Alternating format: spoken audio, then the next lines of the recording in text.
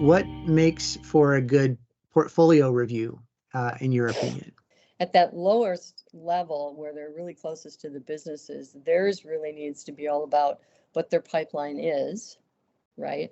What, not only the pipeline of new things coming in that need to be developed and go through that whole process, but equally important too in a portfolio meeting is to look at the things that have already launched, that are already out there, and are we hitting the numbers we're supposed to be hitting, that the team said, that the market said that it should produce, and then doing those as part of that portfolio review, kind of that whole what's in our pipeline, what's mid development, and what's already launched, and be looking at all three of those pieces when they're doing a portfolio review, not just, what's new or not just what's great, but the things that might not be hitting numbers. What is it going to take to get them back on track? Because it seems like companies launch and then just kind of assume the rest is going to happen. And that's just never the case, right? And so and in a lot of cases, teams should be, before they even go to that final launch,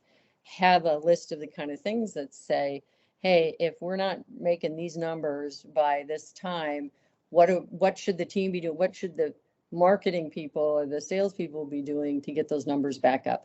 You need to focus on all three aspects of those in a portfolio meeting, because they're all important. Because if you're missing something on the end that's already launched, resources might need to get pulled into that, which means you might delay things on the front end that you're working to get through. So it's all about managing that that pipeline from beginning to end, and the resources that you have to improve that pipeline.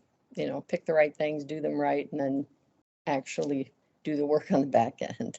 And so again, I'd go back to, if you have a system that's helping them do that, that's a much easier thing to actually address in a portfolio or pipeline review, right?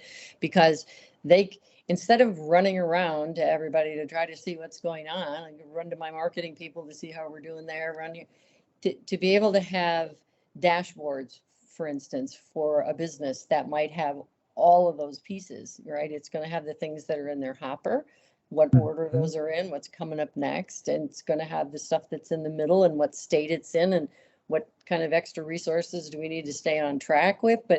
And then something that would show the ones that have launched in the year or 2 years, how those are doing, right? And if you can have a dashboard to really use to facilitate those conversations, you won't just do the fun stuff.